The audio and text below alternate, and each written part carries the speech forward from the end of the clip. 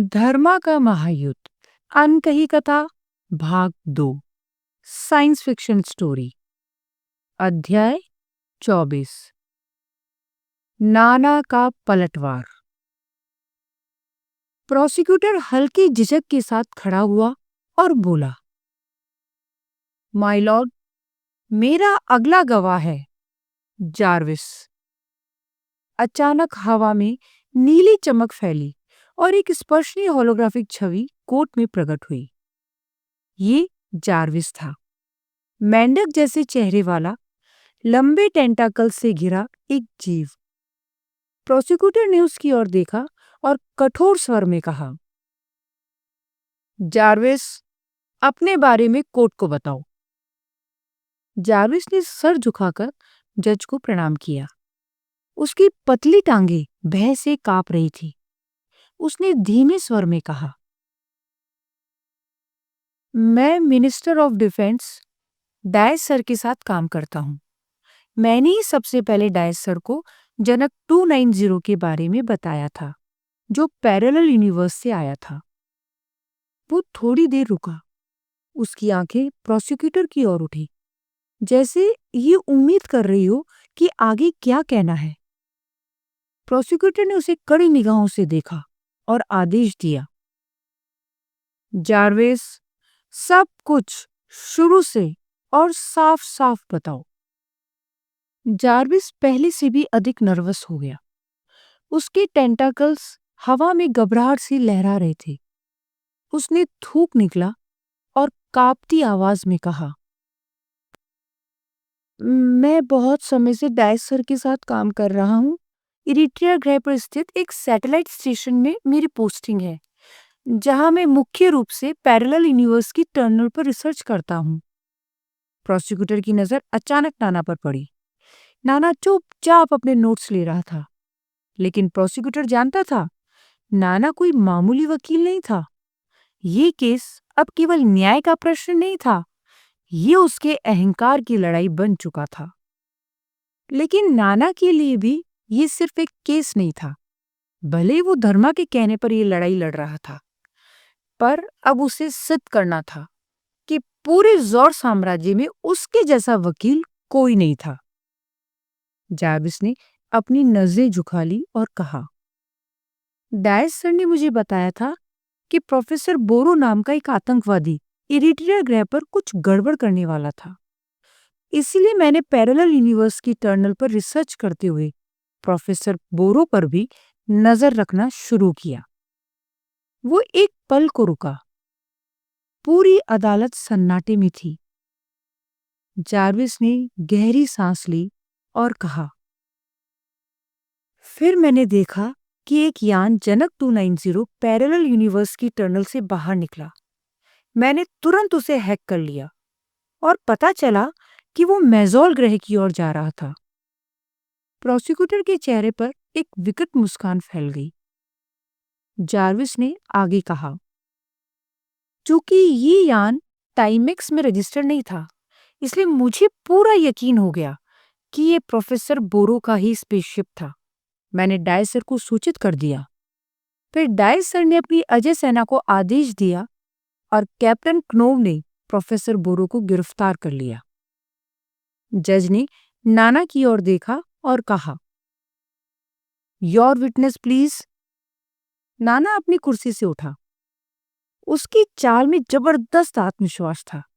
उसके चेहरे पर एक गहरी शांति थी, लेकिन उसकी आंखों में एक बिजली सी चमक रही थी। उसने पहले प्रोसिक्यूटर की ओर देखा। प्रोसिक्यूटर की हथेलियां पसीने से भीग गई। नाना फिर धीरे से जार्विस की ओर मुड़ा और सधे हुए स्वर में बोला, जार्विस, तुम ये कैसे कह सकते हो कि प्रोफेसर बोरो एक आतंकवादी है? जार्विस चौंक गया। उसने अचकचाते हुए कहा, "अ, प्रोफेसर बोरो तो डिक्लेयर टेररिस्ट है। नाना ने तुरंत एक गहरी नजर डाली और सवाल दागा, किसने डिक्लेयर किया? अचानक अदालत में सन्नाटा छा गया। जार्विस पूरी तरह घबरा गया। उसने नजरें इधर उधर दौड़ाई, फिर धीमे स्वर में कहा, अ, डायस सर ने शायद, मुझे ठीक से नहीं पता। नाना अब पूरी तरह से हमले के मूड में था। उसने गंभीर होकर जज की ओर देखा और दृढ़ स्वर में कहा, माय लॉर्ड, प्रोसिक्यूटर के पास कोई ठोस सबूत नहीं है। ना कोई गवाह, ना कोई मनी ट्रेल, ना कोई अपराध साबित करने योग्य प्रमाण। ये बस हवा में आरोप लगा रहे हैं।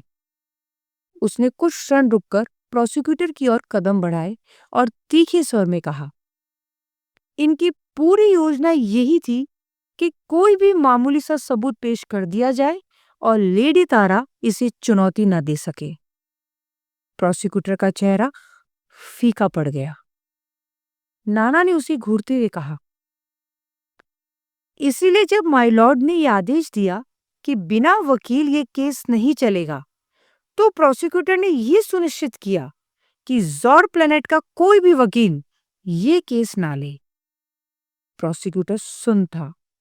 उसे महसूस हो रहा था कि उसकी पूरी रणनीति ध्वस्त हो चुकी थी।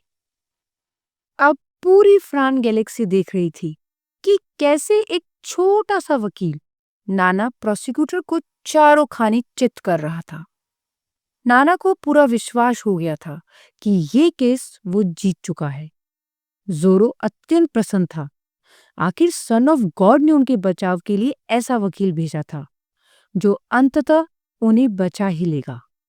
लेडी तारा के चेहरे पर मिश्रित भाव थे और प्रोफेसर बोरो, वो एकदम शांत था, मानो उसे पहले से ही अंदाजा हो कि नोकोवित के सामने नाना अब भी एक बच्चा है। नोकोवित कच्ची गोलियां नहीं खेलता, उसका हर दाव नपा तुला होता है। तभी प्रोसिक्यूटर उठा। उसका चेहरा अब भी तनाव से भरा था, लेकिन उसकी आंखों में एक आखिरी उम्मीद की चमक थी। उसने गहरी सांस ली और बोला, माय लॉर्ड, मेरा अंतिम गवाह अभी बाकी है। नाना अब पूरी तरह से आत्मविश्वास से भर चुका था। उसे यकीन था कि अब चाहे जो भी गवाह हो, वो उसे भी पानी पानी कर देगा। लेकिन जैसे ही उसने उस आखिरी गवाह का नाम सुना, उसके होश उड़ गए। कोई था, कोई ऐसा जिसे देखकर नाना की आत्मा कांप गई। कौन था वो गवाह?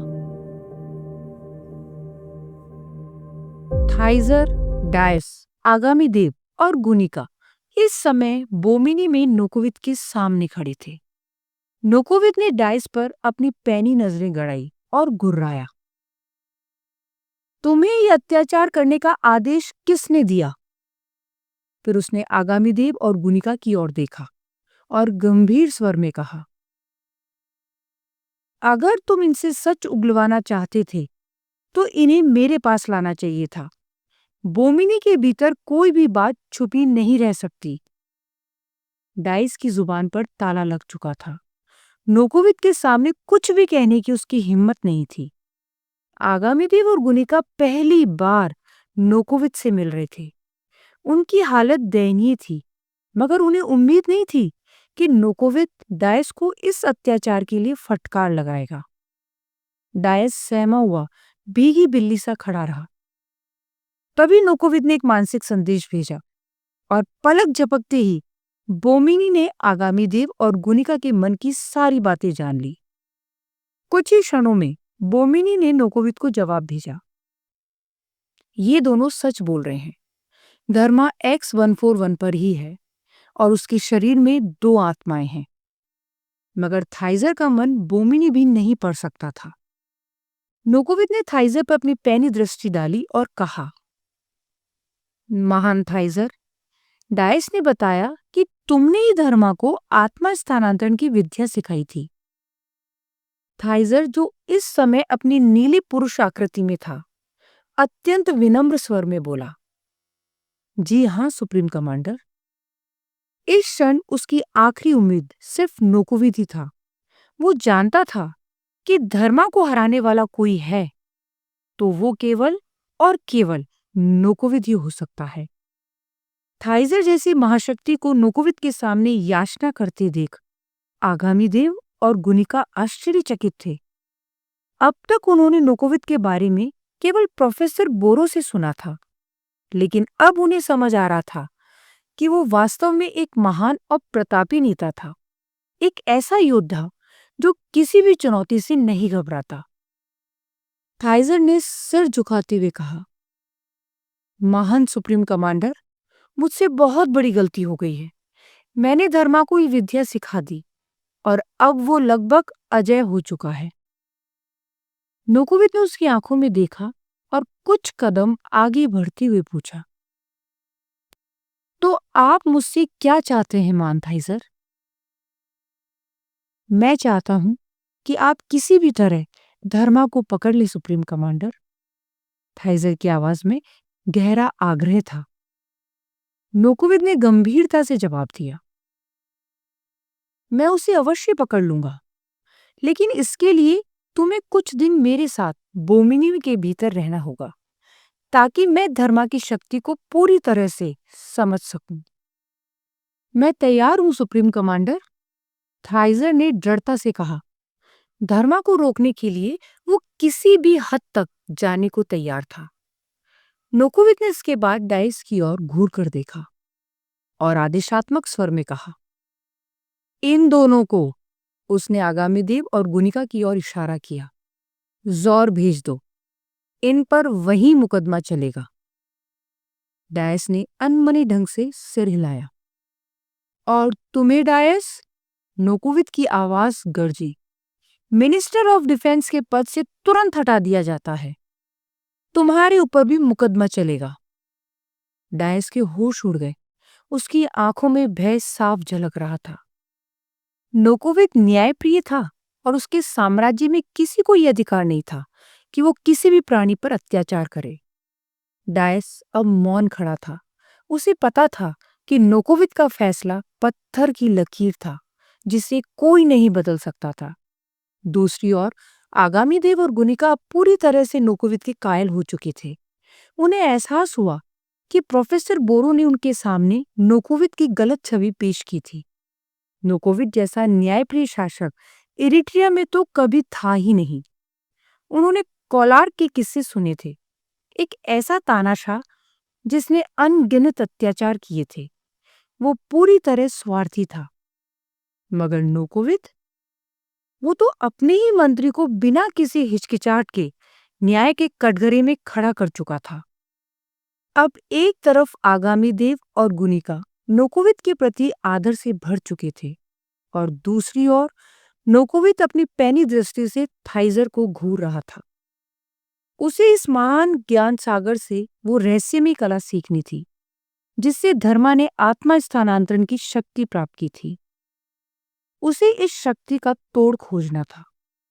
ये कहानी अब एक ऐसे मोड़ पर थी जहां कोई नहीं जानता था कि आगे क्या होगा, कौन किस पर क्या चाल चलेगा। रोमांच अपने चरम पर था और ये महाकाव्य अब अपने अंतिम मुकाम की ओर बढ़ रहा था।